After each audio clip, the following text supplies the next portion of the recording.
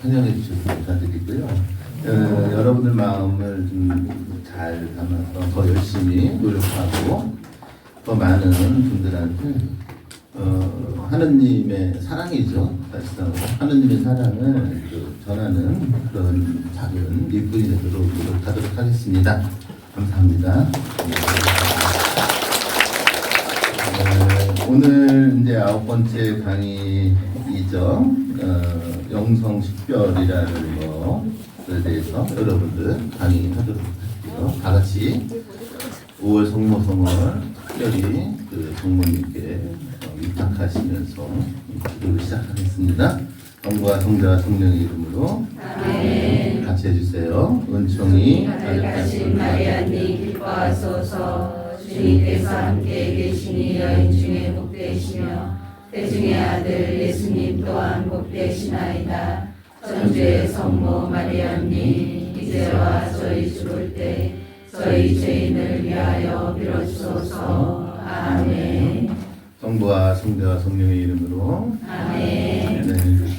요즘 식별이라는 단어를 굉장히 많이 씁니다. 그런데 이제 이 단어는 제2차 바티칸 공의회를 기점으로 해서 굉장히 많이 쓰여진 단어입니다.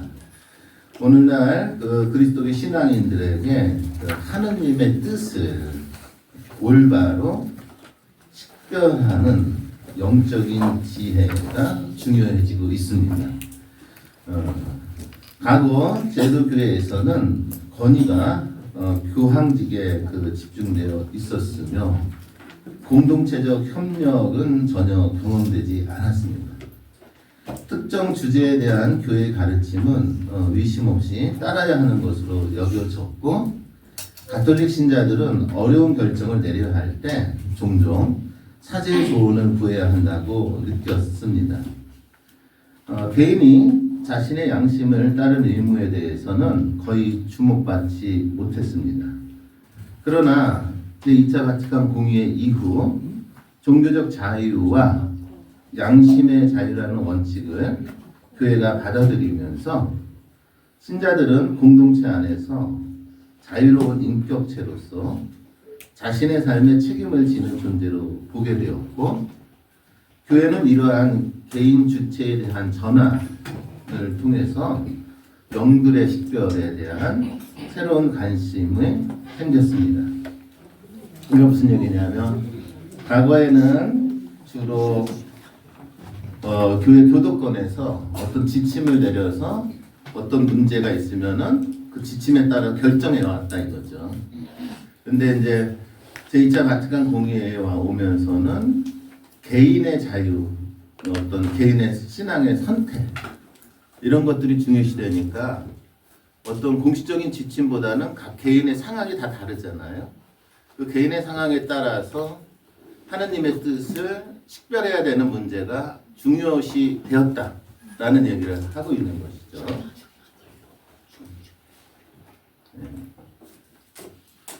현재 상황에서 오늘을 살아가는 신앙인들에게 그리스도교의 영성식별에 대한 가르침을 안내하여 실천적으로 적용하도록 돕는 것이 매우 중요하고 이를 위해서는 다양한 신학적 접근 방식이 요청됩니다.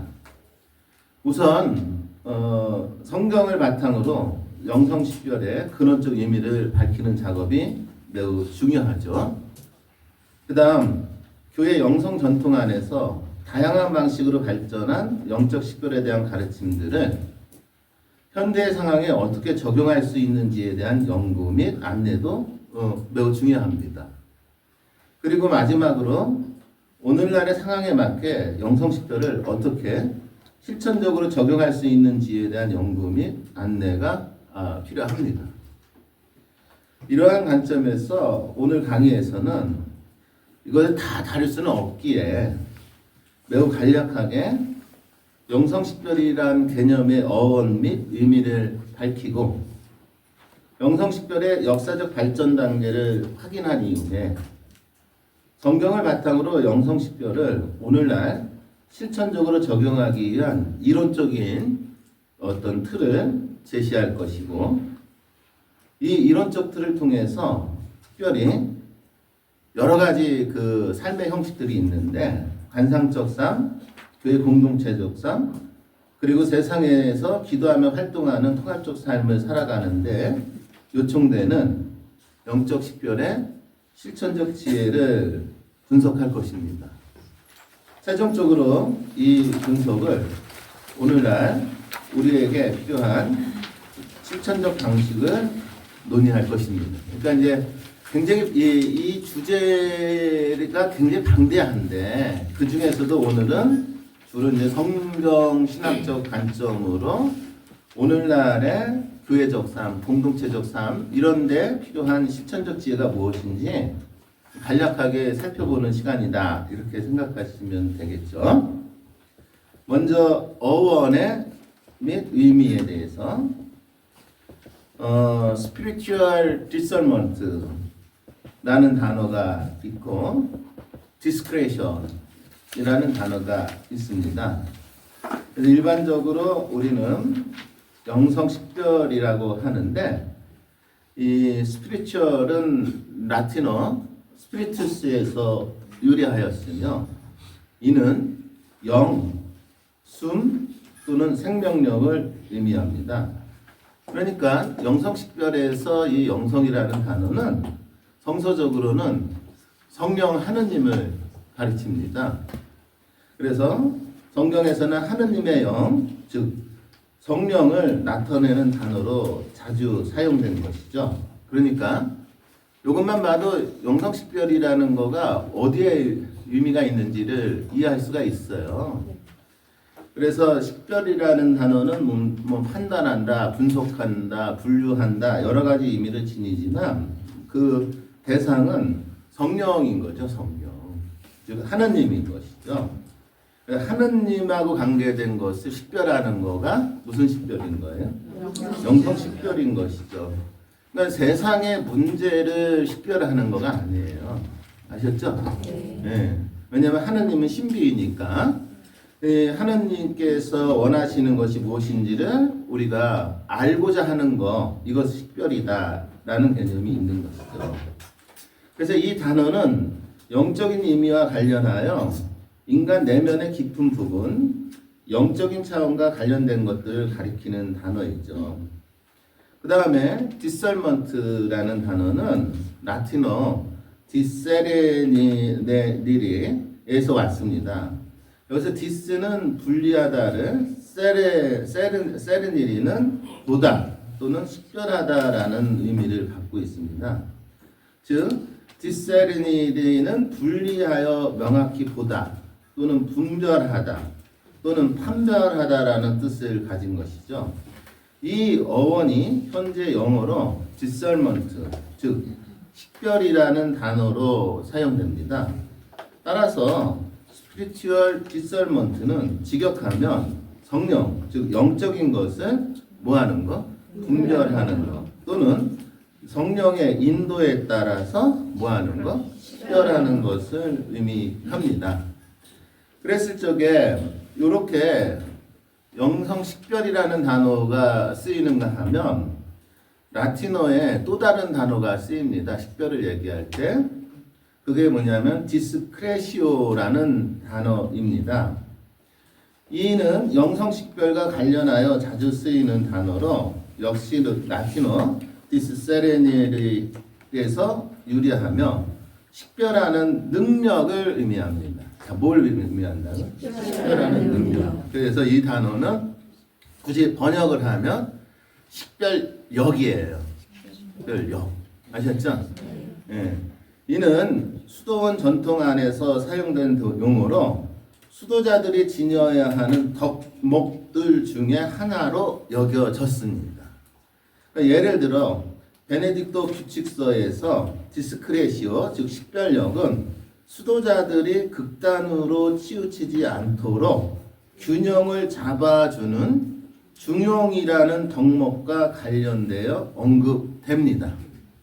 한편 클레르보의 성 베르나르도에는 디스크레시오를 영적 생활의 덕목들의 어머니 역할을 한다고 하면서 이 덕목이 없이는 다른 덕목들이 잘못된 방향으로 흐르기 쉽다고 말했습니다.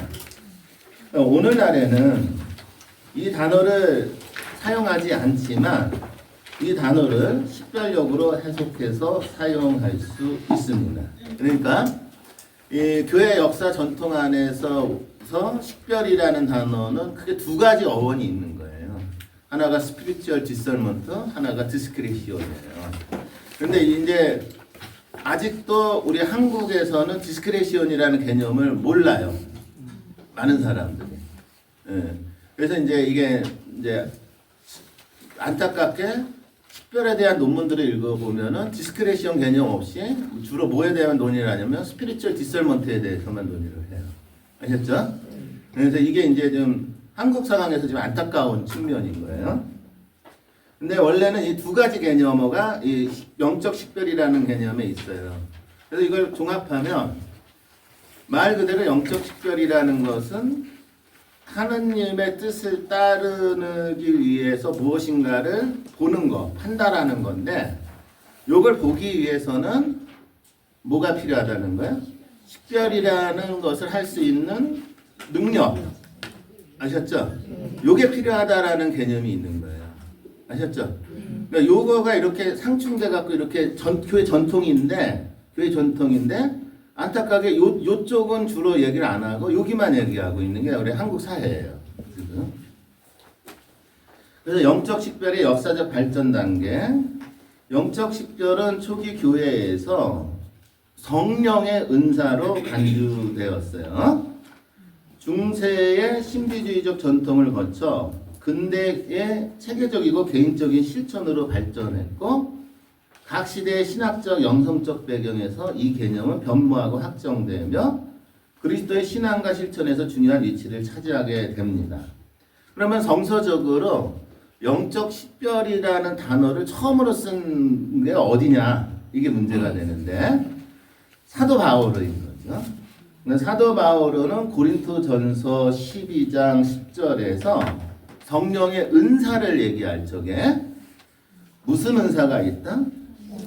영들을 식별하는 은사가 있다라고 표현을 했어요. 아셨죠? 네. 그러면은 이제 이것을 이제 좀 더 설명을 해야 되는데 영적 식별이라는 개념이 있고 영들을 식별한다라는 개념이 있는 거예요. 그렇죠? 그랬을 때 여기서 영들이라고 했을 때 이 영들이 뭐냐라는 질문이 생겨요. 그래서 사도 바오로는 구약 전통을 따르는 분이니까 구약 성서적 배경으로 이렇게 들여다보면 구약 성경에서는 두 가지 영을 얘기해요. 항상 선한 영과 악한 영. 무슨지 아시겠죠? 그래서 여기서 선한 영은 뭐라 그럴까요? 하느님을 얘기하겠죠? 그럼 악한 영은 뭐예요? 하느님의 반대되는 초월적인 힘을 가르치는 거예요. 아셨죠? 그러니까는 이 구약 성서적 배경으로 보면은 우리 인간들이 식별을 해야 되는데 뭘 식별해야 되냐면 이것이 하느님의 영에 의한 것인지 하느님의 영이 아닌 또 다른 영에 의한 것인지를 식별해야 되는 거고 아셨죠?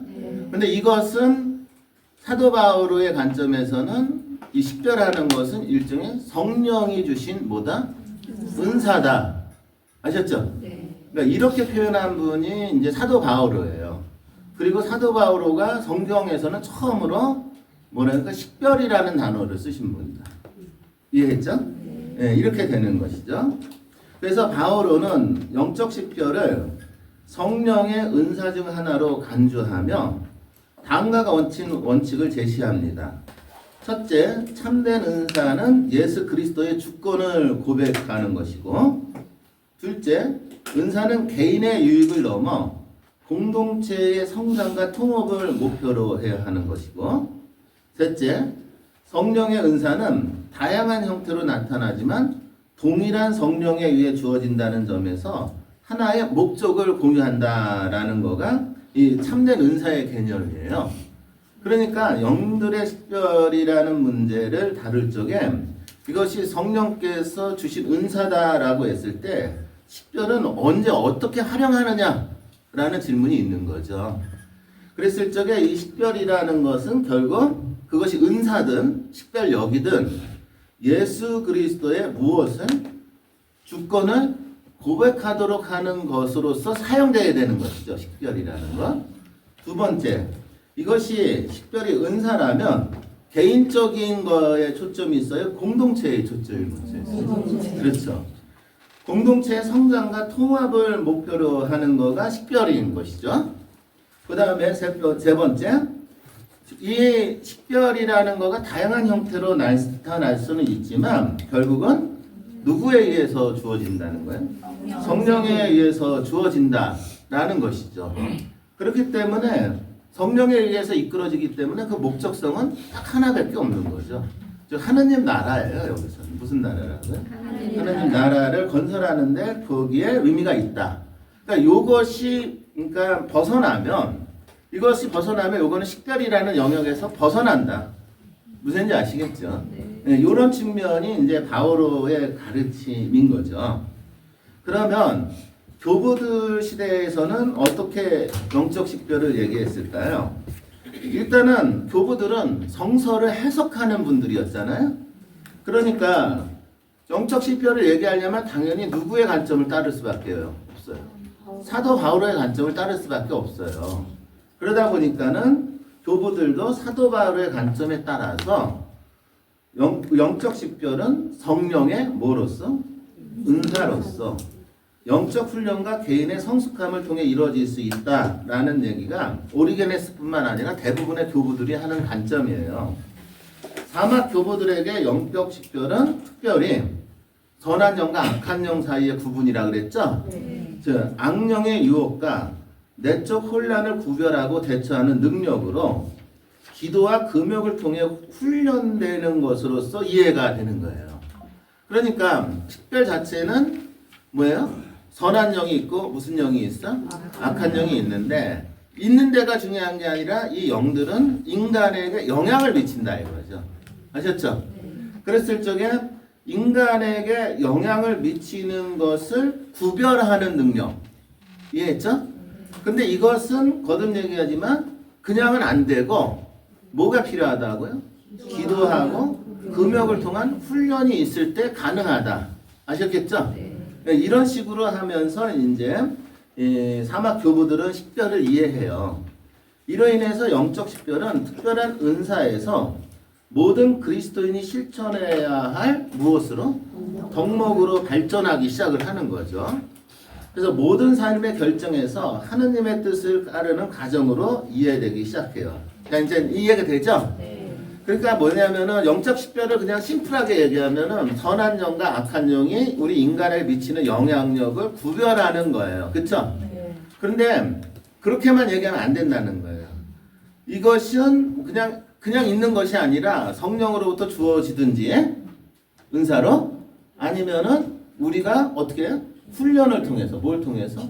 훈련을 통해서 그러한 능력을 키워가든지 이해했죠?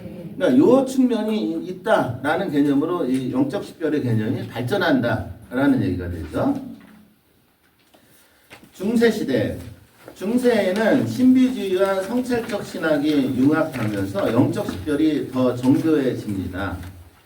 클레르고의 베르나르도는 하느님의 사랑에 뿌리내린 식별을 통해 자기 기만과 교만을 극복하고 겸손과 순종이 식별의 핵심임을 강조해요. 그러니까 중세 시대에 오면은 수덕주의, 수도원주의가 발달하니까는 이 식별이 일종의 수도자들이 갖춰야 되는 덕이다. 뭐다? 덕이다. 이 덕성적인 능력이다. 그런데 이 식별이라는 것은 겸손과 뭐가? 순정이라는 덕목이 없으면은 발휘가 된다, 안 된다? 안 된다. 이렇게 하면서 식별의 개념이 디스크레시오. 아시겠죠? 식별력. 즉, 인간이 갖춰야 되는 어떤 덕목이라는 개념으로 발전한다. 라는 얘기예요. 시에나의 카타리나는 하느님과의 깊은 칭조에서 영적 식별이 이루어지며 신비적 경험이 이를 뒷받침한다고 보았고, 빅토리 리차드는 성삼위일체 하느님의 뜻을 식별하는 과정에 초점을 맞추며 공동체와 기도의 중요성을 강조하기 시작을 해요. 그러다 보니까 이제 식별이라는 개념이 어떻게 돼요? 그냥 있어요? 분화되고 있어요. 분화되고 있고 다양한 관점에서 식별을 논하기 시작했다 이거죠.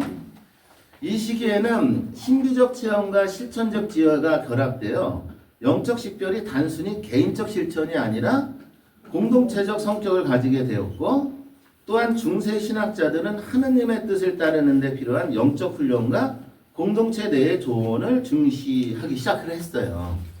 이렇게 다양한 형태로 이렇게 발전돼요. 그래서 중세 시대를 이렇게 문헌들을 들여다보면 영적 식별에 대한 퍼스펙트가 굉장히 많이 있어요. 그러니까 심플한 게 아니에요, 이게.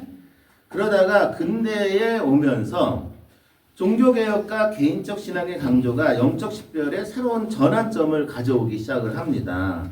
특히 식별하면은 이제 로열라 이냐시오가 이제 한국 사람들한테는 대표적인 인물인 거예요. 예? 예. 로열라 이냐시오는 영신수련에서 영적 식별을 체계적으로 다루며 이를 실천적 도구로 발전시켜요. 영적 위로는 하느님과의 일치에서 오는 기쁨을, 영적인 고독은 하느님으로부터 멀어지는 상태를 의미하며 이를 분석하여 하느님의 뜻을 찾는 데 사용을 하죠. 이게 무슨 얘기냐면 로엘라 이냐시오는 어디에 초점을 맞추면 선한 영이다 악한 영이다를 구별하는 거가 초점이 아니다예요. 선한 영과 악한 영이 인간에게 미치는 영향력을 구별하자. 이해했죠? 네. 그러면은 선한 영은 우리에게 어떤 힘을, 어떤 영향력을 미치냐? 그랬을 때 선한 영이 우리한테 미치는 것을 영적 위로다, 영적 위안이다, 이렇게 표현을 해요. 그 다음에 악한 영이 우리한테 미치는 영향력을 영적 고독이다, 뭐라고 한다? 영적 고독이다라고 표현을 하면서, 즉 영적 위안은 뭐냐면은 하나님께 우리가 향해 나아가도록 하는 내적인 움직임은 영적 위안이다. 이해했죠? 네. 근데 영적 고독은 뭐냐면 하나님으로부터 멀어지게 하는 내적 움직임은 무슨 뭐다? 영적 고독이다. 그래서 식별이라는 것을 어떤 초월적인 영의 포커스를 맞춘 것이 아니라 그 초월적인 영이 인간 내면에서 어떻게 작용하느냐, 뭐 하느냐? 작용하느냐를 통해서 요 움직임은 하나님에 의한 움직임이다. 이해했죠? 요 움직임은 하나님이 아닌 무슨 영에 의한 움직임이다? 악한 영에 의한 움직임이다를 식별하도록 한 사람이 로엘라 이냐시오다. 이렇게 되는 거예요. 이해했죠? 그러니까 이제 예를 들어서 여러분들 예수의 센터라든가 영신수련 피정을 가면은 여러 가지 묵상을 시키잖아요. 여러 가지 묵상을 시키고서는 반드시 피정 지도자 신부하고 상담을 시키거든요. 그래서 이렇게 상담을 시키다 보면은 이 상담하는 내용 중에 이 사람의 내면 안에서 여러 가지 움직임이 생겨. 이해했죠? 근데 움직임이 생기는데 어떤 사람 같은 경우에는 하느님이 일로 가라 그러는데, 그러니까 하느님이 얘기하는 방향성이 있는데 그 방향성에서 멈춰서 주저주저하는 움직임이 있고, 어떤 사람은 어떻게 되냐면 일로 가라 그러는데 반대로 가려고 하는 움직임이 있고, 이해했죠? 이런 움직임들을 상담자가 보는 거예요. 그러면서 이 사람이 지금 내면의 상태가 지금 하느님에 의해서 끌려가고 있는지, 아니면 멈춰 있는지, 아니면은 하느님이 아닌 다른 쪽으로 기울어져 있는지, 이해했죠? 이걸 식별한다라는 거야. 식별을 하면서 상담을 이끌어가는 피정이 영신수련이에요. 아시겠죠? 그러니까는 이 피정 지도자한테는 반드시 이러한 영적 식별의 움직임, 그러니까 선한 영과 악한 영이 이 영혼 안에서 어떻게 작용하는지를 볼 수 있는 식별하는 능력, 즉 카파시티가 없으면 상담을 하면 안 되는 거예요. 그래서 로엘라 이냐시오는 얘기하는 식별은 바로 이런 측면에 있는 거예요. 그래서 로엘라 이냐시오 성인이 얘기하는 식별을 뭐라고 부르냐면 영들의 식별이라고 하는 거예요. 무슨 식별이라고 한다고? 영들의 식별. 아셨죠? 그러니까 여기서는 인간 안에서 영들이 어떻게 움직이느냐를 식별하는 거가 포커스예요.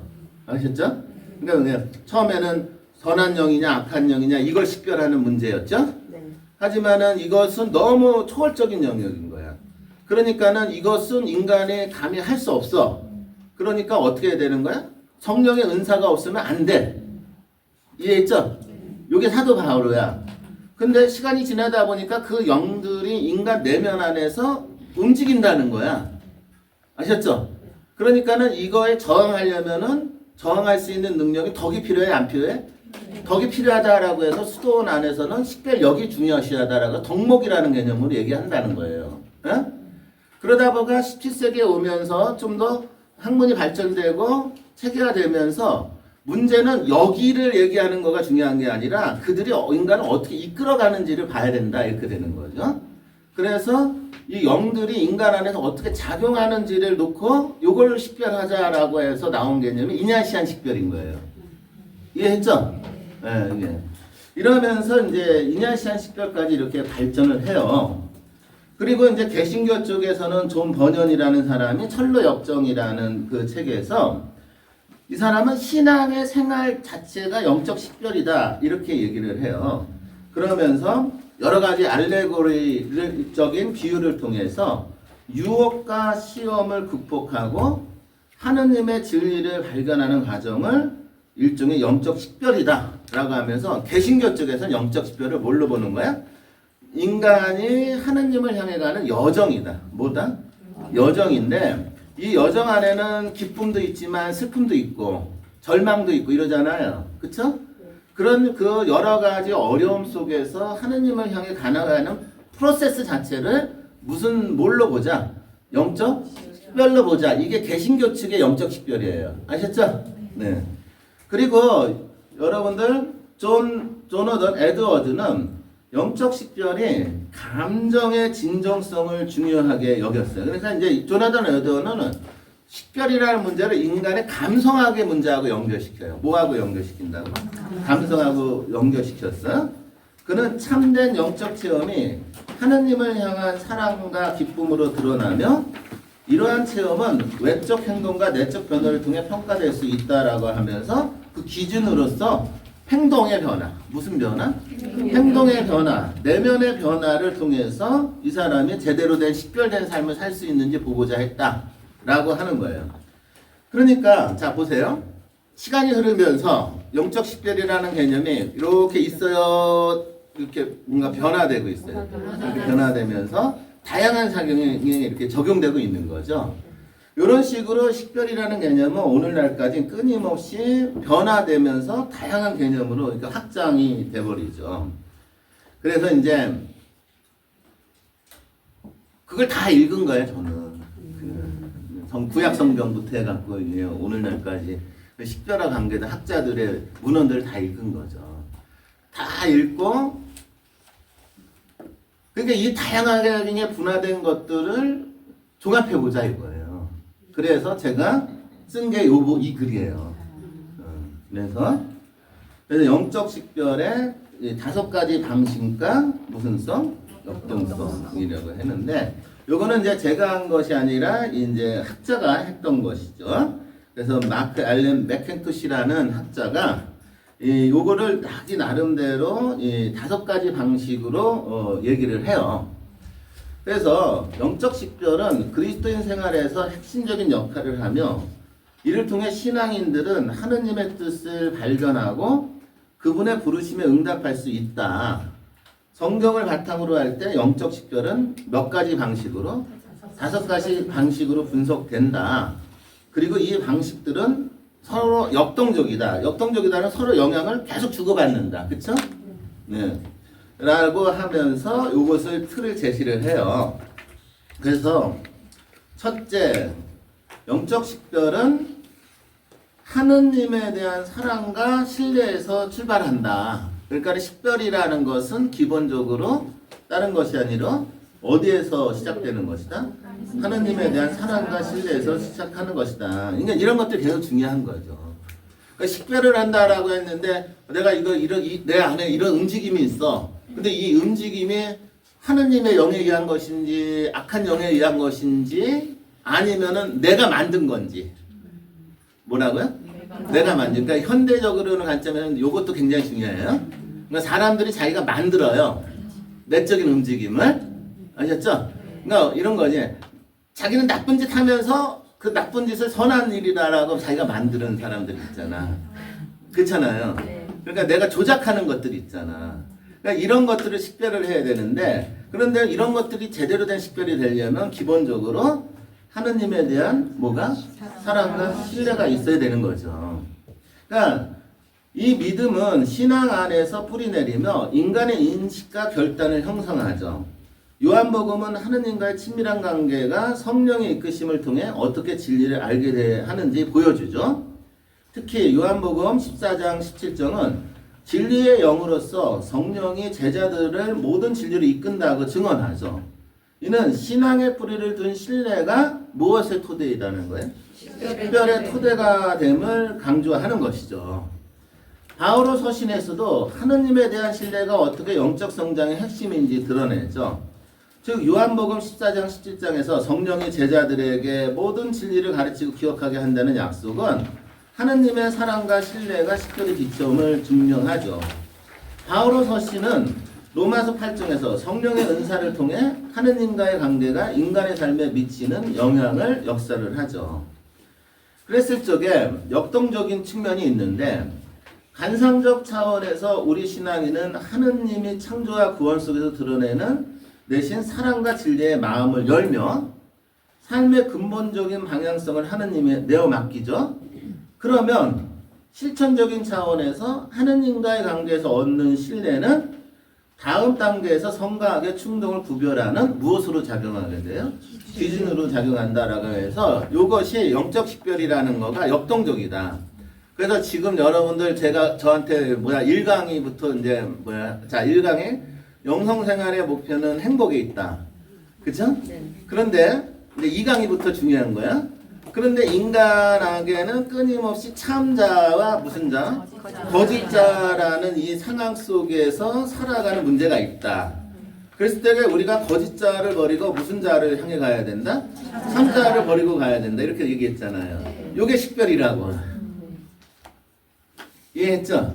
그러니까 식별이라는 문제는, 그러니까 이거는 제가 한 툴은 아니지만 기존의 학자가 발표한 툴을 통해서 제가 좀 더 정리를 해나가는 게 뭐냐면, 내가 거짓자를 버리고 참자를 찾아가야지만 그 안에서 참자를 통해서 하느님을 향해 갈 거 아니야. 그쵸? 그쵸? 그러니까 식별의 문제에는 참자와 거짓자의 이것을 식별하는 문제가 있는 거죠. 그쵸? 그 다음에 두 번째로, 자, 참자와 거짓자가 있어. 그 다음에 뭐 배웠어요, 여러분? 신비적 삶 살아가 배웠잖아. 신비적 삶 산다라는 건 하느님은 신비야. 그런데 하느님의 신비이기 때문에 우리가 인간이 감히 상상할 수도 없는 분인데 사람들은 하느님에 대해서 말하기 시작했다는 거죠. 그쵸? 또 사람들은 그 하느님에 대해서 표현하기 시작했다는 거야. 그리고 사람들은 체험을 해. 근데 그 신비적인 체험이 이게 진짜냐 가짜냐 문제가 있잖아요. 그렇잖아요. 그쵸? 그러니까는 이거 식별해야 돼, 안 해야 돼? 그래, 해야죠. 그쵸? 그 다음에 관상적인 차원에서. 관상이라는 것은 우리가 하느님을 사랑 어린 눈으로 이렇게 들여다보는 거잖아요. 하느님을 사랑 어린 눈으로 이렇게 들여다보기 위해서는 뭐 해야 돼? 우리가 기도해야 되는 거야. 그쵸? 그러니까 기도를 하다 보면 여러 가지 움직임이 생겨, 안 생겨? 생겨. 그래서 내가 이 기도 안에서 여러 가지 움직임들, 체험들, 이런 것들이, 성찰들이 생기는데 그것이 과연 내가 만들어낸 거냐? 아니면 악한 영이 준 거냐? 이 문제가 있잖아요. 그쵸? 그러니까 여기도 식별의 문제가 있어, 없어요? 있죠. 맞죠? 그러면 관상적 차원에서만 그런 문제가 있어? 교회 공동체 안에서도 이런 문제가 있죠. 이해했죠? 세상에 나가서 사도적 삶을 살아갈 때도 이게 식별의 문제가 있죠. 이해했죠? 그러니까는 제가 앞에서 얘기했던 그 모든 강의가 이해하시겠어요? 그게 식별이라는 거예요. 그러니까 식별이라는 것은 그냥 심플하게 하나님의 뜻을 찾는다. 이런 영역으로 보기보다는 구체적으로 우리네 살아가는 이 세상의 삶 안에는 다양한 형태의 식별의 문제가 있다.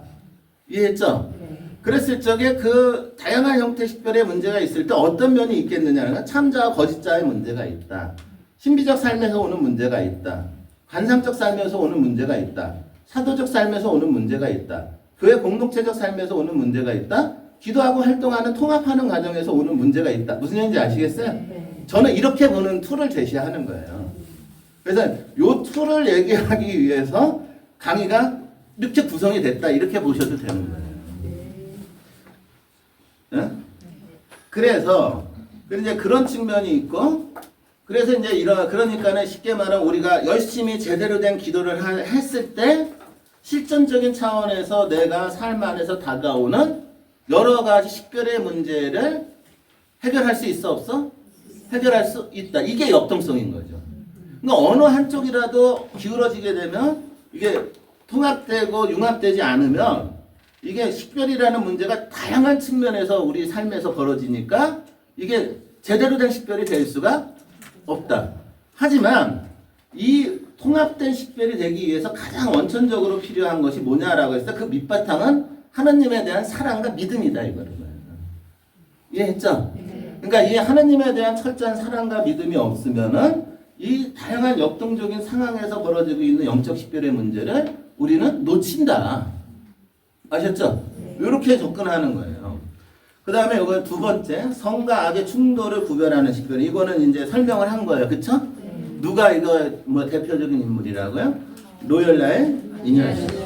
그러니까 영적 식별은 각 충동이 하느님으로부터 오는지 아니면 다른 원천에서 오는지를 식별하는 과정이 될 수 있어요. 그것을 이냐시한 식별, 다른 말로 영들의 식별, 또 다른 말로 선악의 무엇을 구별하는 식별, 충동을 구별하는 식별이라고 표현할 수 있는 거예요. 아셨죠?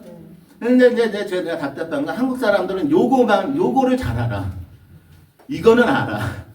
근데 이게 다양한 측면의 식별이 있다라는 걸 모른다는 거예요. 그러다 보니까는 이제 문제. 왜냐하면 예수회가 열심히 노력해서 이냐시한 식별은 우리나라 사람들한테 많이 알렸거든.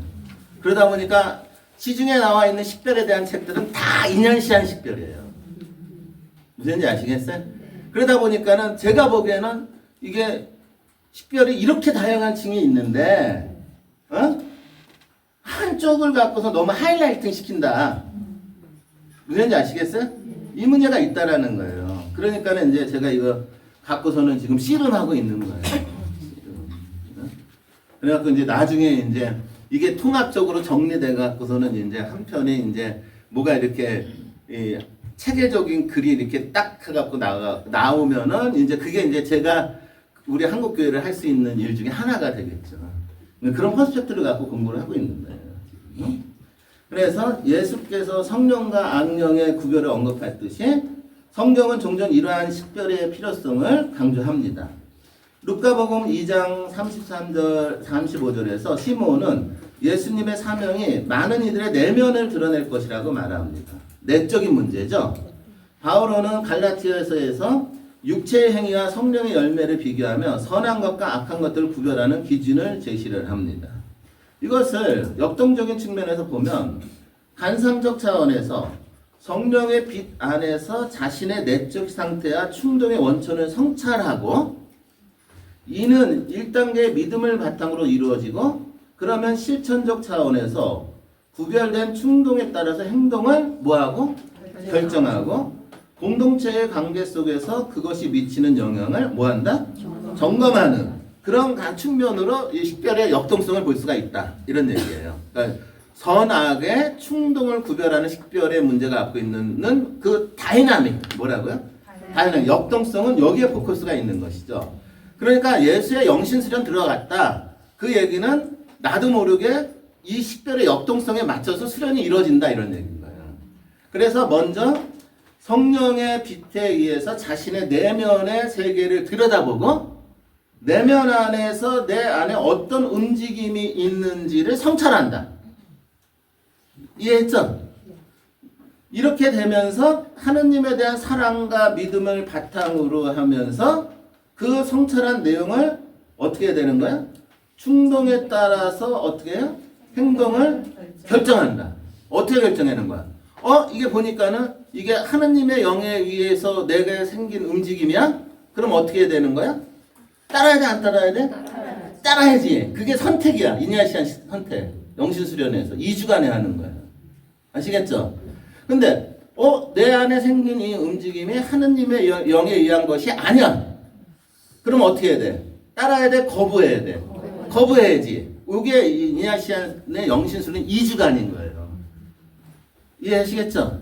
그러니까 영신수련이라는 프로그램은 말 그대로 식별의 움직임에 따라 그래서 움직이는 건데, 첫째 주간에는 성령의 움직임에 따라 이 영혼이 어떠한 움직임이 있는지를 보는 시간. 이해했죠? 그러면은 그 움직임을 통해서 이것이 하느님의 온 것인지 아니면 악한 영에 의한 건지 아니면 내가 만들어진지를 구별해서 하느님의 영에 의한 움직임을 따르는 선택에 이르는 시간. 이게 2주간. 그 다음에 이 선택을 하면 어떻게 해야 되는 거야? 선택을 끝나 그거 선택한 것을 내 삶에서 어떻게 해야 돼? 실천해야지. 실천해야겠죠? 실천하기 위해서 이 선택을 하느님께 봉헌하는 거. 그게 3주간. 그 다음 봉헌한 다음에 어떻게 해야 되는 거야? 그것이 끝나 이것이 이 세상에서 현실화될 수 있도록 하느님의 은혜를 구해야 돼. 하느님의 사랑과 은혜를 구해야죠. 그쵸? 그게 4주간. 이해하시겠어요? 영신 수련은 영적 식별이라는 내적 충동이라는 것을 식별하는 과정으로 꾸며져 있는 거가 영신 수련의 프로그램이에요. 그쵸? 처음 듣죠, 또? 그러니까는 이게 이제 관상적 차원에서부터 해갖고 실천적 차원까지 이게 굉장히 다이나믹하게 그 식별이라는 문제가 꾸려져 있는 것이죠. 이것이 이제 두 번째 식별에서 얘기할 수 있는 측면이죠. 셋째, 이제 이거 하고 나는 이제 머리가 아픈 거예요. 이게 쉬운 건 아니지만 저는 희망을 하는 거죠. 여러분들은 알아들을 거다. 이거 예를 들어서 본당에서 이거 해봐요. 10분도 안 돼서 다 나가. 저는 이제 무슨 얘기하는 거야. 그래서 이제 여러분들이 계셔서 이런 강의를 할 수 있는 거예요. 그 다음에 실천적 지혜와 신중함이라는 측면. 영적 식별은 일상적인 결정에서도 실천적 지혜와 신중함을 요구하는 건데, 예수는 제자들에게 비유를 통해 상황을 올바르게 해석하고 행동하는 방법을 가르치죠. 근데 예수님 다 거의 다 비유 말씀을 하죠. 또 마르코복음 13장에서 미래의 표징을 식별하는 지혜를 가르쳐 주시기도 하고, 마태복음 25장의 열천회의 비유는 신중함과 실천적 준비의 중요성을 보여줍니다. 한마디로 뭐냐면 영적 식별이라는 것은 이렇게 내가 기도하면서 내 사랑의 믿음 이런 걸로만 되는 것이 아니다라는 거예요. 이것은 끊임없이 실천하면서 뭐 하면서? 실천하면서 생기는 지혜다 이거는. 이해했죠? 그러니까는 뭐냐면은 온고잉 프로세스이라는 거예요. 영적 식별이라는 거는. 그러니까는 내가 영신 수련 한번 했어. 이거가 아닌 거야. 그러니까는 이 영신 수련이라는 것은 노엘라 이냐시오가 뭐냐 평생에 걸쳐서 반복하게 하는 거거든. 그러면서 이게 끊임없이 그런 프로세스를 통해서 그 안에서 실천적으로 내 안에 어떤 경험적인 지혜가 생기는 거. 이해했죠? 그래서 영신식별의 또 다른 측면은 실천적인 지혜다. 그 다음에 신중함이 필요하다. 뭐가 필요하다? 신중함이 필요하다. 그럼 왜 이제 이게 신중하냐면 노엘라 이냐시오가 이런 얘기를 해요. 자, 식별을 했다 이거야. 근데 식별을 했는데 이것을 다시 식별할 필요가 있더라 이거야. 그러니까 가장 대표적인 사건이 뭐였냐면 예수의 청빈 문제에 대한 식별이 있었어요. 그래서 예수회가 수도회로 이제 예수회라는 수도회를 하자 했는데 그러면 우리는 청빈의 문제를 어떻게 받아들일 거냐라는 얘기를 한 거예요. 그래서 이 사람들이 이 예수회 초기 회원들이 모여갖고 자 우리는 어떻게 청빈을 살 것인지 결정을 하자. 자 첫 번째 프란치스코 회 같이 하냐 아니면은 도미니코 회 같이 하냐 요 문제가 첨예하게 대립돼 있었어요. 그럼 프란치스코 회 같은 경우는 어떤 거냐면 완전한 청빈인 거야. 거기는 실질적인 청빈. 이해했죠? 도미니코 회는 어떤 거냐면 현실적으로 먹고 사는 문제는 해결하자. 이해했죠? 현실적으로 먹고 사는 문제는 해결하고 그 다음에 좀 내적인 청빈으로 가자. 이렇게 됐다고. 그렇게 해갖고서는 이제 예수회원들이 모여갖고 우리는 어떤 청빈을 살 것인지 식별하자 해서 공동으로 다 같이 기도하고 식별을 했어요. 식별을 한 결과 도미니코에 같이 하자 이렇게 결정이 된 거예요. 식별 결과가. 그랬는데 노엘라 이냐시오가 이거 식별하면 끝나 하나님한테 봉헌하잖아. 그러니까 봉헌을 하고 있는데 자꾸 하느님이 이거 아니다라는 소리가 들린 거란 거야. 그러니까 로엘라 이냐시오가 다시 식별을 들어가요. 다시 식별에 들어가서 우리는 프란치스코에 같이 완전한 청빈으로 가자. 이렇게 해서 식별이 돼요. 그래서 예수회는 지금도 그 전통이 남아서 1년이면은 딱 자신들의 예산을 정산을 하잖아요. 그쵸? 예를 들어서 서강대학교다. 그럼 서강대학 예수회 사재단이 있잖아. 그 공동체가 1년 동안 벌어들이는 돈이 있잖아. 그쵸? 그러니까는 뭐 예를 들어서 거기는 교수들 집단이니까 돈을 많이 벌 거 아니야. 많이 벌으면은 돈이 남을 거 아니야. 그러면은 1년마다 그것을 딱 제로 베이스를 만든다가 원칙입니다. 그러면 남은 돈은 어떻게 한다? 다 사회에 환원한다. 이게 예수회야. 무슨지 아시겠죠? 이게 예수의 청빈이야. 그런데 먹고 살 것 남겨놓자 결정을 했어.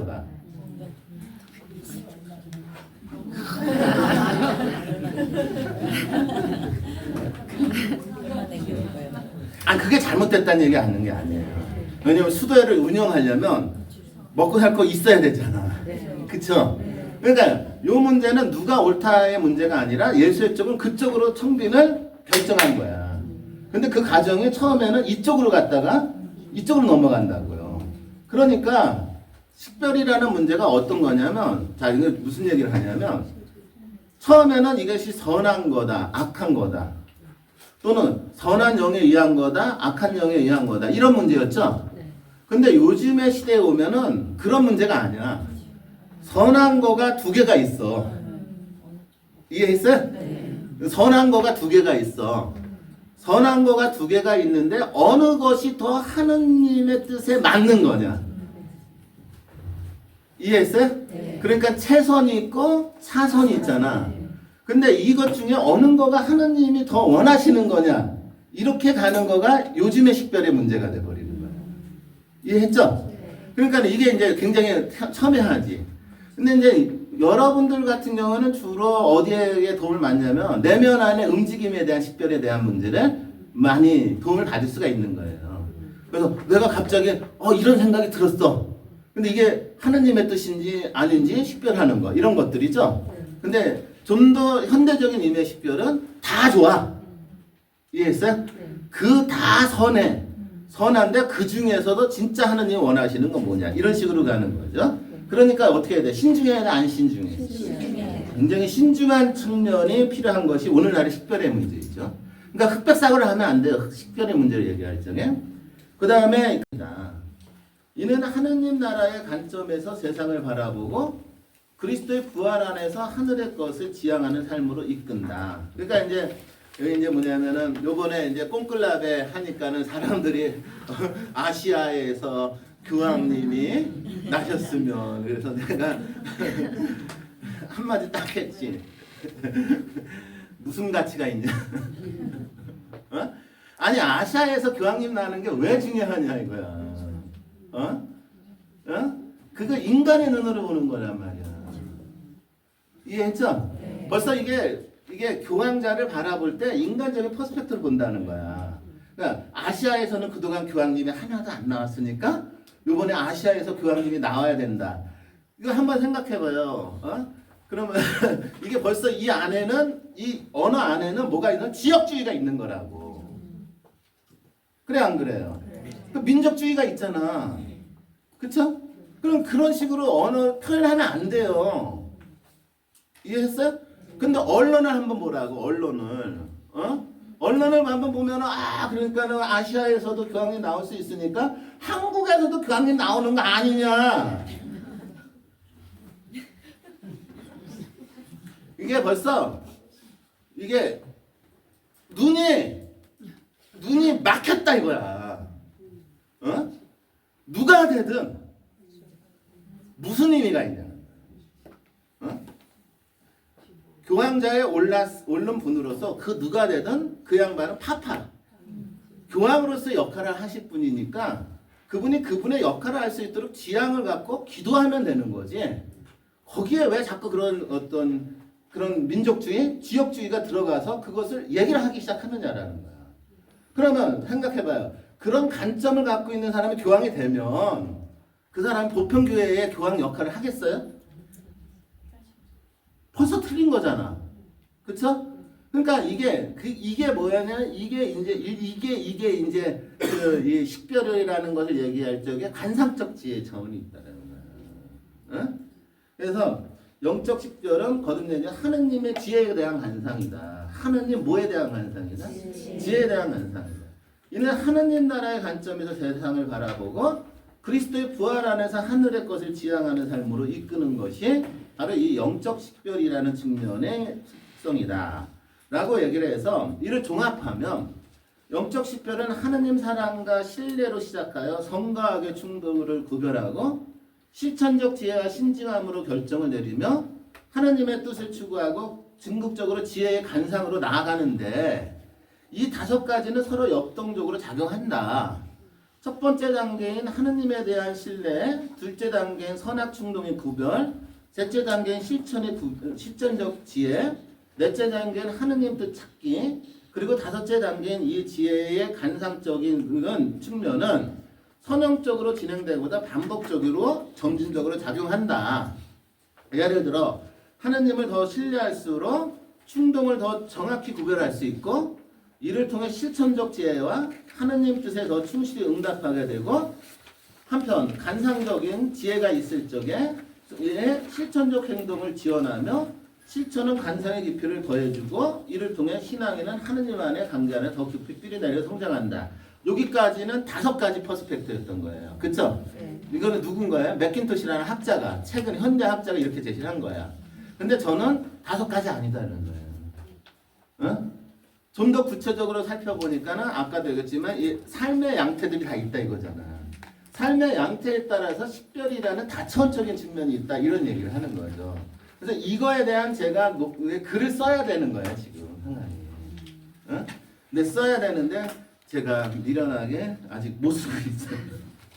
그래서 이제 기존의 학자들의 관점을 제시하면서 제 관점은 여기에서 머무르는 게 아니라 식별 자체는 다양한 측면으로 역동성으로 작용하는 것까지 여기서 설명을 하면은 여러분들한테 조금 더 식별이라는 거가 어떤 측면이 있는지까지 설명이 되는 거예요. 그래서 이거는 굉장히 이론적인, 신학적으로 이론적인 틀을 제시를 한 거예요. 그러니까 이제 여러분들 이제 그렇구나. 식별이라는 거는 그냥 단순하게 뭔가를 식별한다, 판단한다라는 것이 아니라 이 안에는 기본적으로 하느님에 대한 사랑과 신뢰가 있을 뿐만 아니라 그쵸? 그 안에 끊임없이 어떻게 실천적으로 내가 경험을 통해서 얻어가는 지혜라는 측면도 있고 그쵸? 그리고 그 안에서 선하고 악한 영의 움직임만 있는 것이 아니라 선하고 악한 영이 인간 내면 안에서 어떻게 작용하느냐의 문제도 다뤄야 되고 그죠? 맞죠? 그리고 동시에 어떻게 되는 거야? 그런 것들을 바라보기 위해서는 그냥 일반적인 눈을 갖고 있어야 돼. 관상적인 측면이 있어야 돼. 관상적으로 지혜도 있어야 되고 이러한 복합적인 측면이 이 영적 그리스도교에서 얘기하는 무슨 식별이구나. 영적 식별이구나. 이렇게 이해하는 거가 일단은 이 첫 번째 작업이 되는 거예요. 그러니까 이렇게 이해를 해야지만 그렇다면 이제 구체적으로 오늘날의 삶에서 그렇다면 이런 거가 이제 이론적으로 하는데 여러분들 명확하게 안 들어오는 거죠. 그런데 이것을 어떻게 하면은 우리의 삶에 실천적으로 도움이 될 수 있도록 적용할 수 있을까? 요거가 이제 여러분들한테 더 도움이 되는 강의가 되죠. 그래서 이제 여러분들한테 도움이 되는 강의로 요거를 풀어드리는 그런 강의가 되는 거예요. 그래서 자 보세요. 관상적 상과 영성 식별. 그래서 토마스 키팅에 대해서는 제가 저번 시간에도 몇 번 한 적이 있어요. 토마스 키팅은 책에서 관상적 삶에서 영성 식별이 매우 중요한 요소이며 이를 통해 우리의 내면적 장애물과 하느님의 뜻을 식별하는 과정을 설명한다. 그러니까 토마스 키팅은 주로 어디서에서 식별의 문제를 해요? 관상적 삶에서 영성 식별의 문제를 다룬다. 우선 키팅은 인간의 내적 자아가 성장하고 전후할 때 하느님의 뜻을 더 분명히 이해할 수 있다고 한다. 그러니까 이게 뭐냐? 식별이라는 것은 결국 내적인 자아의 문제와 관계되는 거예요. 그렇죠? 자, 이는 신적 치유라는 개념을 통해 구체화되며 사람의 심리적 무의식과 그로 인한 행동의 패턴을 다루는 것이 영성식별의 중요한 부분이라고 하는 것이다. 라는 것이죠. 제게 영성식별은 이 무의식의 벽을 허물어 하느님과의 일치를 이루도록 뭐 하는 것이다? 도와주는 것이 이제 식별이 실천적으로 적용되는 과정에서 나오는 오늘날의 논의가 돼버리는 거야. 어? 그러니까 관상적인 측면에서 우리가 열심히 하느님을 향하는 관상적인 삶을 추구하는 이들이 있는데 이들이 이 관성적인 삶을 살아갈 적에 가장 큰 문제는 거듭 얘기하지만 거짓된 자아를 버리고 참 자아를 향해 가야 되는 거야. 근데 이 거짓된 자아를 버리고 참 자아를 향해 가는 데 있어서 문제가 되는 것은 인간 안에 내면 속에 있는 심리적인 영향이 있다 이거야. 그러니까 토마스 키팅은 뭐예요? 무슨 학을 끌어들이고 있어요, 여기서? 심리학을 끌어들이는 거라고요. 그 현대적인 거죠. 그 심리적인 영향이 있는데 특히 심리적으로 무의식적으로 우리를 행동하는 패턴들이 있는 것이다 이라는 거예요. 어? 그러니까 이런 것들을 어떻게 해야 되는가? 우리가 식별을 해서 그 패턴 무의식적 행동들이 거짓 자아가 아니고 무슨 자아를 참자아를 찾아갈 수 있도록 도와주면서 했을 때 이 관상적인 삶이 하느님과의 어디로 향하게 되는 거다? 일치로 향하러 가는 것이기 때문에 식별은 여기에 문제가 있다. 이렇게 접근하는 거예요. 이해했죠? 그러니까 굉장히 현대적이죠. 어? 그러니까는 이제 제가 이제 고민하는 게 뭐냐면 이런 부분이거든요. 그러니까 여러분들 그 삶 안에 이 장제어져 있는 어떤 것들이 있단 말이야. 근데 이것들을 자, 로엘라 이냐시오는 내 안에서 움직임을 보는 거란 말이야. 근데 키팅은 좀 더 들어가죠. 그 움직이게 하게 하는 내 안의 근거의 무의식을 들여다보자 이거는 거지. 그렇겠죠? 예. 그러니까 이런 식으로 이제 이 식별이라는 문제가 여기까지 치고 들어가고 있는 거라고. 그래서 키팅이 제시하는 신적 치유는 관상기도와 영적 여정을 통해 이루어지는 인간 내면의 깊은 정화를 의미한다. 키팅은 우리가 살아오면서 겪은 상처와 이에 따른 정서적 반응들이 우리의 영적인 삶에 영향을 미친다고 보았다. 그러니까는 이제 굉장히 중요한 거지. 그러니까 그동안 교회가 이게 외면했던 부분이 이거란 말이야. 에? 그러니까 사람들이 살아가면서 어렸을 때부터 받은 상처들이 엄청 크거든요. 그러니까 어떤 신부님 이렇게 보면은 이상한 사람이 있다고, 이상해. 그러니까 아무리 얘기해도 쟤는 뭐 자기 생각에 빠져 있어. 이런 놈, 죄송해요. 이런 분들이 있다고. 그러면은 얘가 왜 그럴까? 그러면은 이제 그동안에 어떻게 하냐면 교육이 잘못됐어. 신학교 양성의 문제야. 그래갖고서는 신학교 총장 신부님 불러다가 혼냈다고. 어? 니네들 왜 사제를 양성하는데 이렇게 했냐? 어? 그게 아니라 양성 가정하기 이전에 얘가 살아온 삶이 있잖아요. 그쵸? 그 살아온 삶 안에서 이 아이에게 이 사람이 받은 상처들이 있어. 그 상처들은 이 영혼에게 엄청나게 무의식적으로 영향을 미치고 있다고요. 이해했죠? 그러니까 그런 측면을 이렇게 들여다보고 나서 이것을 통해서 이 안에서 이 영혼을 어디로 이끌어 가는지, 그리고 이 영혼을 좀 더 바람직한 사제가 되게 하려면 어떻게 그 부분에 대한 상담, 치유 있어야 돼, 없어야 돼? 있어야지. 그렇죠? 그러니까 이게 돼야지 이 사제도 자신이 이게 갇혀있었던 상처라는 것 때문에 생겼던 가치관들을 어떻게 깨고 나올 거 아니야. 또 잘못 얘기하는 건가? 그래서 깨고 나올 거 아니야. 그러니까 이게 깨고 나오도록 도와주는 거가 이 영성식별이라는 거야. 무슨지 아시겠어요? 근데 그런 식으로 지금 아이고 답답해갖고 제가 그러니까 그거 하려면은 어떻게 되면은 교회 안에서 진짜 그런 어떤 자리들을, 그렇지 않아요? 근데 이게 단순히 내가 사제 얘기를 하는 게 아니라 신앙인들 얘기를 한단 말인 거예요. 어? 신앙인들 안에 그런 측면들이 굉장히 많거든. 근데 그런 측면들은 그거는 근본적으로 해결하지 않고 하나님을 믿고 따르고 공동체 생활을 하라고 내몰고 나면 이 사람들은 이미 상처로 인해서 그냥 딱딱하게 굳어져 있는 부분 때문에 이걸 건드리기만 해도 이 사람들 이상하게 반응한단 말이야. 어? 그러면서 어떻게 공동체 일치? 어떻게 공동체 이거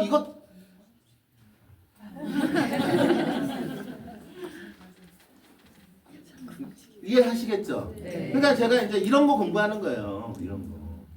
그래서 키팅이 제시하는 시적 지위는 관상기도와 영적 여정을 통해 이루어지는 인간 내면의 깊은 정화를 의미한다. 키팅은 우리가 살아오면서 겪은 상처와 이에 따른 정서적 반응들이 우리의 영적 삶에 영향을 미친다고 보았고, 이러한 감정들은 종종 무의식 속에 잠재되어 있지만 관상기도를 통해 표면으로 드러나게 된다. 그럴 때 키팅은 정화의 눈물이 체험되며 이를 통해 개인이 자신의 감정을 하느님 앞에서 인식하고 치유될 수 있다고 본 것이다. 이는 더욱이 인간이 더 깊은 평화와 자유를 경험하게 이끈다. 따라서 키팅은 신적 치유가 단순히 감정을 인식하는 데 그치지 않고 그 감정 등을 초월하여 자아를 넘어서게 하는 과정이라고 한다. 바로 이때는 관상기도는 가정의 도구로 작용하면, 이해했죠? 네. 여기서 중요한 건 기도는 그 가정에 뭐가 될 뿐이야? 도구로 작용하며 우리의 마음을 비움으로써 하느님 현존에 더욱 깊이 다가가도록 돕는다는 것이다. 따라서 키팅에게 관상기도를 통해 얻는 내면의 평화와 침묵이 영적 식별의 중요한 무슨 조건이 되는 것이다? 전제 조건이다. 키팅은 관상기도를 실천하면서 나타나는 다양한 심리적 저항과 그 과정에서 발생하는 내적 추쟁이 영적 식별의 필수적인 단계라고 한다. 왜냐하면 관상기도는 우리가 일상 속에서 경험하는 감정적 반응을 이해하고 그것들을 하느님 앞에 내려놓는 과정으로 볼 수 있기 때문에, 그래서 관상과 영적 식별이라는 역동성이라는 측면을 통해서 인간 안에 무의식적으로 잠재워져 있는 측면들을 드러내고 그걸 식별해서 이 사람이 좀 더 하느님을 향해 갈 수 있도록 도와주는 영역이 오늘날 필요한 무슨 식별이다? 영적. 이게 영적 식별이다라는 거예요. 어? 그러니까 뭐 식별하여 뭐 식별하자 맨날 식별하자 경청하자 식별하자 그런 얘기를 맨날 하는데, 그러니까 경청하자 식별하자 뭘 식별하냐는 거예요.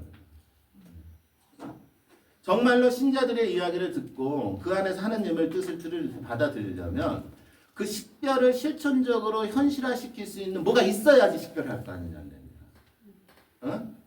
맨날 회의하고 신자들 모아놓고 뭐 몇몇 사람들 모아놓고 그거 이게 설문조사 같은 거 해갖고 그게 식별이 되겠냐고 그러나. 그 말도 안 되는 짓 좀 하지 말았으면 좋겠는데라고 하면 전 잘리는 거고.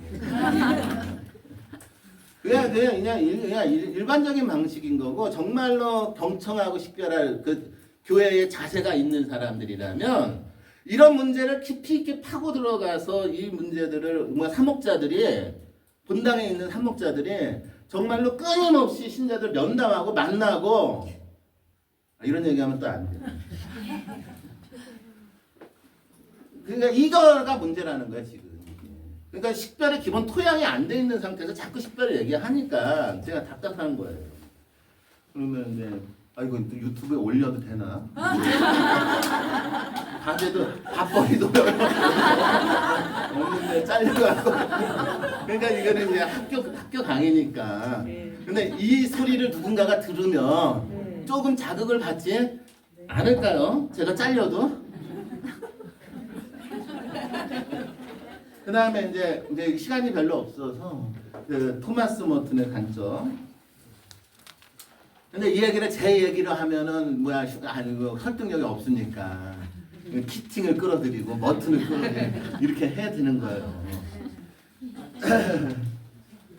토마스 머튼과 영적 식별이라는 글에서 머튼이 관상적 삶과 실천적 행동의 통합을 통해 하느님의 뜻을 식별하는 방식을 해요. 여기서는 이제 실천적 행동과 관상적 삶의 통합을 통해서 하느님의 뜻을 식별하는 방식을 해요. 그러니까 여러 가지 역동성을 제가 예를 드는 거죠.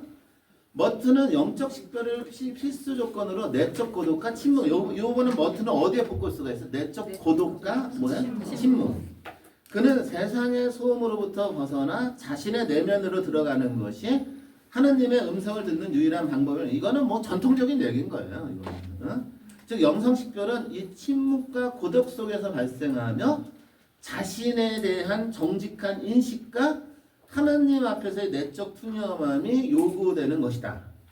또한 머트는 영적 식별이 단순히 개인적 신앙생활에만 이루어지는 것이 아니라 일상적 행동과 사회적 책임에게도 중요하게 작용한다라는 주장. 이게 이제 굉장히 큰 스펙트럼인 거야. 그러니까 영적 식별이라는 것을 어디에는 있던 신앙이라는 영역에서만 투영해서 보여야 될 것인지 아니면 우리가 살아가는 일상의 삶의 모든 행동 양식들 또는 사회적인 문제하고도 연결시켜서 볼 것인지에 대한 퍼스펙트를 누가 제시를 하고 있는 거야? 머튼이 제시하고 있는 거죠. 어? 그래서 식별이라는 것은 그런 거라는 거예요. 이렇게 확장되고 있는 거야. 그는 간상기도와 사회적 행동의 통합을 통해 참된 영적 식별이 이루어진다고 보았으며 이는 하느님께서 우리에게 요구하시는 구체적인 삶의 방식과 결단을 이해하는 데 도움을 준다고 하였어요. 머튼은 거짓 자아를 부정하고 하느님 앞에서 자신을 내려놓는 것이 영적 식별의 뭐다? 핵심이에요. 자, 여기서 이제 하느님 앞에 자신을 내려놓는다라는 거가 이루어지기 위해서는 특히 고독, 침묵 이런 것들이 굉장히 중요시한 거죠. 자, 그는 영적 식별이 자신의 욕망과 목표를 내려놓고 하느님의 우리를 통해 무엇을 하기를 원하시는지를 듣고 따르는 과정이라고 설명하죠. 이 과정은 우리가 삶의 모든 순간에서 하느님과 동행하며 성령의 인도하심에 순종하는 법을 배우는 것과 연결되는 것이죠. 이게 이제 머튼의 퍼스펙트야. 그래갖고 제가 유튜브를 하게 되는 결정적인 이유는 아무도 안 보지만은 그래도 나 같은 놈이 있다라는 것을 알리는 게 아니라 그래도 이런 얘기는 좀 세상 사람들이 좀 이렇게 들었으면 좋겠다는 거예요. 어? 그게 무슨 얘기냐면 이 세상에는 굉장히 세속적인 가치를 추구하는 메시지들이 되게 많아요. 소리들이. 그쵸? 그쵸? 그러니까 그런데 사람들은 그것을 굉장히 추종하고 따라가고 있어요. 그런데 내 얘기를 하는 게 아니라 그리스도 전통 안에서 하느님을 체험했고 그리고 정말로 참 삶을 살아보자 했던 성인들의 이야기는 이 사람들한테 분명히 오늘날 우리 세상에 필요하다. 필요하지만 아무도 안 본다.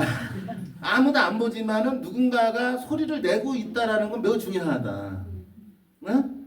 그러니까 이게 일종의 이제 이 식별이라는 영역을 또 신앙이라는 영역에 우리 세상하고 뗄래야 뗄 수 없는 영역이기에 그런 측면에서 영적 식별을 보고 접근해야 된다가 머튼인 거예요. 이해했죠? 그러니까는 이제 그런 측면으로 우리는 이제 영적 식별을 이제 여러분들이 폭을 이해하면 되는 거죠. 그 다음에 이제 세 번째 교회적 상과 영적 식별의 문제, 특히 여러분들한테 특히 굉장히 중요하죠. 그러니까 모리스와 올슨이라는 사람이 이제 Discerning God's Will Together라는 책을 썼는데 여기서 영성 식별을 교회의 중심적 역할을 관장하면서 이제 교회 공동체적 삶이죠, 그렇죠? 공동체가 함께 하느님의 뜻을 탐구하고 따르는 것이 교회의 본질적 사명임을 강조하죠. 이들은 특히 영적 식별이 교회의 활동을 방향지우는 중요한 영적인 프랙티스, 연습이다, 실천이다라고 주장합니다. 우선 모리스와 올슨은 영성 식별을 하느님의 뜻을 인식하고 이에 순종하는 과정으로 봅니다. 이 과정은 교회의 모든 구성원이 적극적으로 참여해야 하는 공동체적인 노력이죠. 그러니까 이게 뭐냐면 영성식별이 공동체 안에서 이루어진다는 것은 뭐냐면 자발성이고 적극적인 거야. 이해했죠?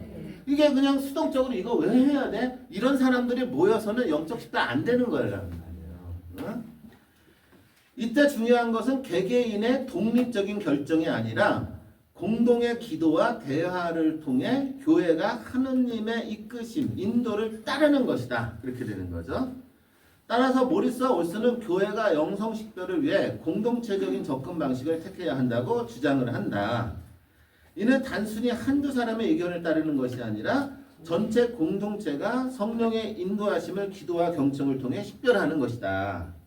이 식별의 과정에서 공동체의 모든 사람이 동일한 중요성을 가지고 발언하며 그 의견이 존중되어야 한다. 그러니까 예를 들어서 이제 여러분들 이렇게 하면은 공동체 식별이 되는 건데, 이제 자 우리가 이제 몇십 명 모였잖아요. 여기 공동체잖아. 이 공동체가 앞으로 어떤 것을 해나가는지에 대한 결정을 해야 된다라고 생각을 해봅시다. 그러면은 어떻게 하는 거냐면은 구체적으로 이 우리가 해야 될 거에 대한 어떤 비전을 제시를 하는 거예요. 응? 그럼 1개 또는 2개 구체적으로 딱 제시를 해요. 제시를 하고 자 지금부터 일주일 동안 이것에 대해서 하느님의 소리를 들어봅시다. 이렇게 되는 거라고. 그러면 각자가 다 뿔뿔이 흩어져서 이 문제에 대해서 하나님께서 당신의 뜻을 전달하기를 원하면서 기도를 하면서 일주일을 지내요. 그래서는 모여요. 아셨죠?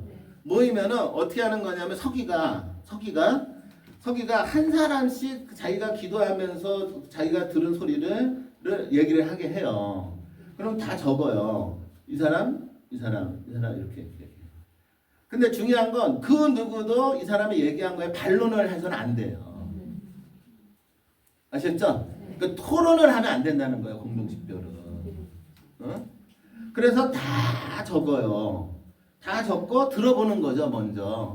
그러면은 한 50명이 안에 각자 다른 의견들이 다 있을 거 아니야. 그쵸? 그러면은 다 들었죠. 그럼 서규가 그 나와의 내용을 가장 중심이 되는 것들을 다 정리를 해요. 그런 다음에 다시 보여주고 다시 일주일 동안 기도합시다 해요. 그리고 나서 각자 또 일주일 동안 기도해요. 요 과정을 수차례 반복하는 거야. 무슨지 아시겠어요? 자, 이게 수차례 반복하죠? 그러면 이상하게 처음에는 확장됐던 의견들이 이렇게 이 과정을 수차례 반복하다 보면 이렇게 모여서 하나하나가 이렇게 보여요. 무슨지 아시겠어요? 요게 교회 공동체 문제를 하는 공동식별의 가장 대표적인 모델링인 거예요. 이해하셨어요? 네.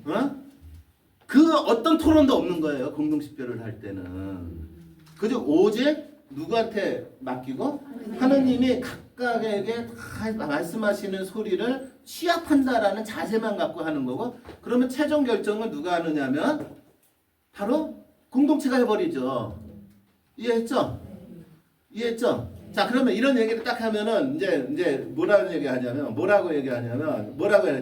그렇게 할 수 있는 시간이 어디 있어요? 그런다는 거야. 근데 답답한 거는 아니 그렇게 해갖고 하느님의 뜻을 따라서 결정을 하는 게 맞는 거지. 몇몇 사람들 모여갖고 그러니까 보통 식별하라 그러면 어떻게 하는지 아세요? 그 무리 중에 중심이 되는 사람들이 있다고. 그래서 그 중심이 되는 사람들이 발표하면은 나는 저 사람을 지지하니까 나도 저 사람의 의견에 동조해야 되겠다라는 움직임이 생겨서 자연스럽게 그 몇몇 사람들의 의견을 중심으로 해서 의견이 형성되고, 그리고 나서 그 중에서 뭐 다수결이든 이런 식으로 해갖고 결정을 해버리는 거가 일반적으로 공동체에서 문제를 해결하는 식별의 방법이라고 하는데, 웃기지 마세요. 그거는 그 안에 하느님 뜻이 개입할 여지가 없는 거죠. 무슨 얘기인지 아시겠어요? 그러니까 이게 그리스도교에서 얘기하는 공동식별이라 교회 공동체 문제를 식별하는 과정은 바로 그런 프로세스로 가야 되는데, 이상하게 세속적인 형태의 뭐 마치 정당, 이런 사람들이 뭐 다수결 이런 개념으로 가고 있다라는 거예요. 그러다 보니까는 저 같은 경우 환장하는 거예요. 그거 아는 사람들은. 절대로 그런 식으로 식별하지 않아요. 시간은 오래 걸려. 아셨죠? 하지만은 그렇게 하고 나면 어떤 일이 벌어지냐면, 자 보세요. 모든 사람들이 어떤 사람에 의해서 몇 가지 주도된 안건을 갖고 결정한 것이 아니라 모든 안건을 각자 다 기도했고, 그쵸? 그리고 자연스럽게 그 안건에 하나가 하나의 초점으로 모아졌죠. 그러면 그 안에서 무슨 얘기냐면, 처음에는 이거에 대해서 내가 반대하는 느낌이 있었거나 의견이 있었던 사람도 하는 과정이 프로세스 자체가 어떤 거야? 이게 누구에 의해서 주도된 것이 아니라 자연스럽게 성령에 의해서 이끄셨기 때문에 이 결정을 실행하는 과정에서는 반대하는 사람이 한 명도 안 나온다는 거야. 이해했죠? 근데 아까 얘기했더니 요즘 여러분들이 문제를 해결하는 과정에서 보면은 이게 해서 그렇게 합시다라고 해갖고 했지 하고 나면은 실행하는 과정에서 자신이 의견을 내고 동조한 세력과 그거에 대해서 조금이라도 또 의심적인 느낌을 갖고 있는 세력 사이에 차이가 생기고 이해했죠? 그리고 실행하는 과정에서 이들은 주도적이지만 이들은 수동적이 되는 거야. 무슨지 아시겠어요? 그러고 나서 결과를 바탕으로 해서 평가할 쪽에서는 반드시 잡음이 나는 거고. 그러면 이것이 공동체의 일치예요, 분열이에요? 분열이죠. 그런 식으로 해버리니까 어떻게 해? 일하고 나면 분열, 일하고 나면 분열, 일하고 나면 분열이라고. 응? 아니에요? 아니 여러분들 본 다음에 다 경험하는 거 아니야. 사실상으로. 어? 그러니까 뭐 하는 거야? 지금 식별을 한 게 아니라 토론을 해서 몇몇 사람들의 입장을 밀고 날아가고 일을 해버렸다라는 거예요.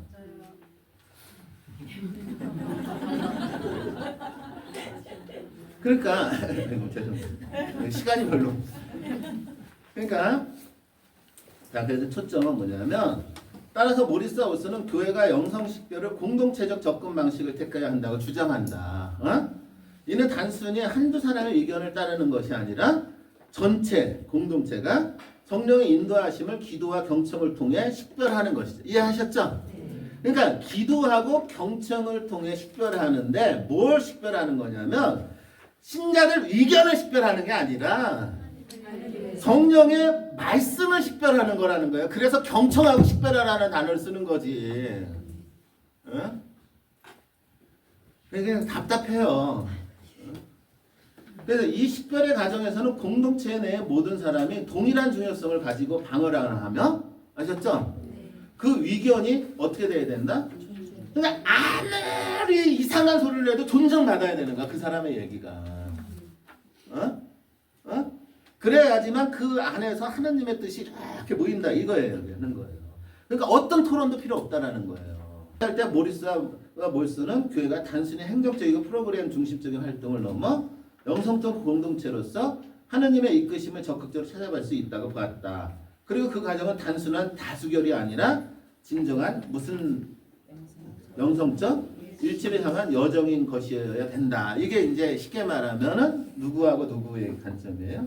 모리스와 윌슨의 관점인 거예요. 그 다음에 뭐 파넘의 공동 저자들의 관점, 파넘, 길, 맥크닌, 워드 이런 사람들의 리스닝 허트 굉장히 유명한 책인데 이 책에서도 이제 이러한 측면들의 공동체 구성원들에 대해서 얘기를 하고 있죠. 그래서 이제 10쪽에 보면은 끝에 줄에 이 문헌은 영성식별을 직관적이고 경험적인 과정으로 제시하며 공동체의 각 구성원이 자신들의 느낌과 영적 통찰을 나누는 것을 매우 중요시 여긴다. 이제 여기서는 이제 얻은 거에 초점을 맞추면 여러 가지 방법론이죠. 무슨 논이라고?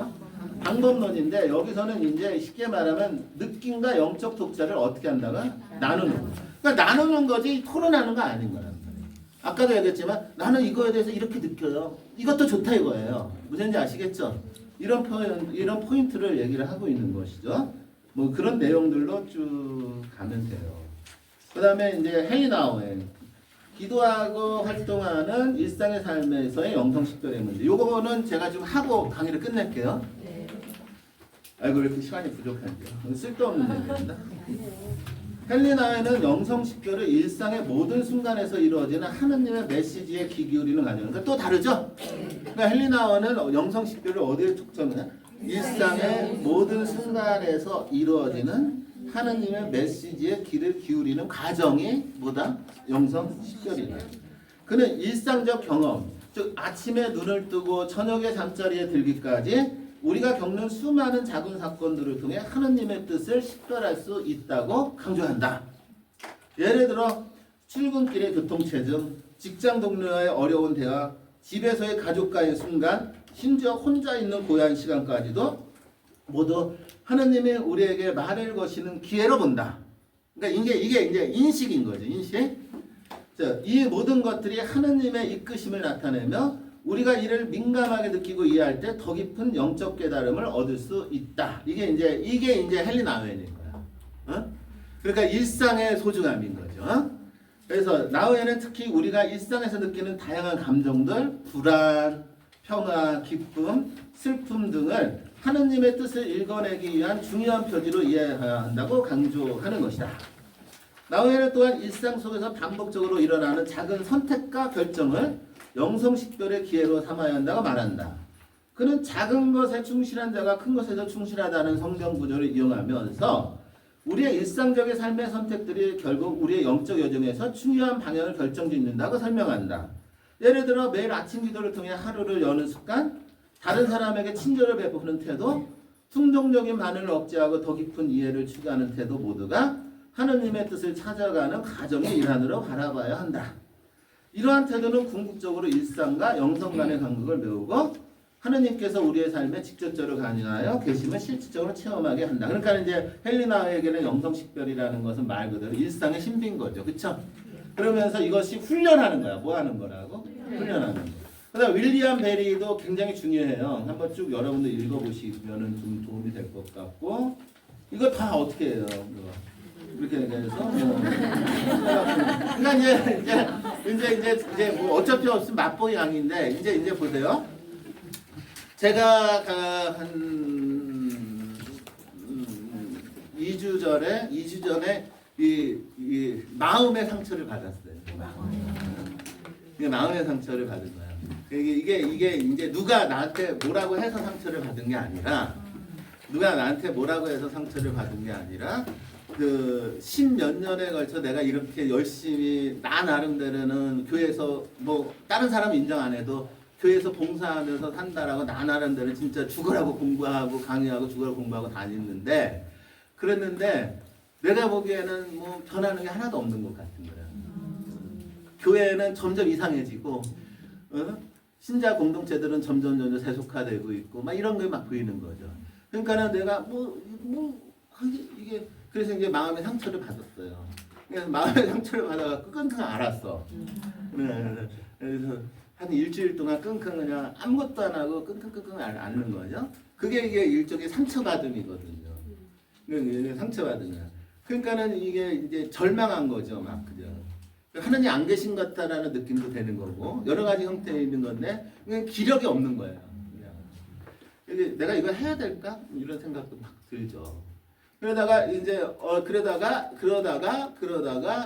그러다가 이제 그 성녀 브리짓다를 읽은 거예요. 성녀 브리짓다의 그 텍스트가 있어요. 계시라는 책이 있어요. 그러다가 이제 성녀 브리짓다 13세기 성녀 브리짓다의 그 계시라는 책을 쫙 읽고 있었죠. 쫙 읽고 있었는데 성녀가 딱 이렇게 하는 거야. 성녀가 예수님이 얼마나 고통받는지 아느냐. 지금도. 그러니까 예수님이 지금도 우리 때문에 얼마나 고통받는지 아느냐. 그 한마디에 그냥 끝나버린 거야. 그 한마디. 그렇구나. 내가 이렇게 마음의 상처를 받고 내가 이렇게 모든 것을 포기할 정도로 이 절망감을 느끼는 거는 이거는 당연한 거구나. 어? 당연한 거구나.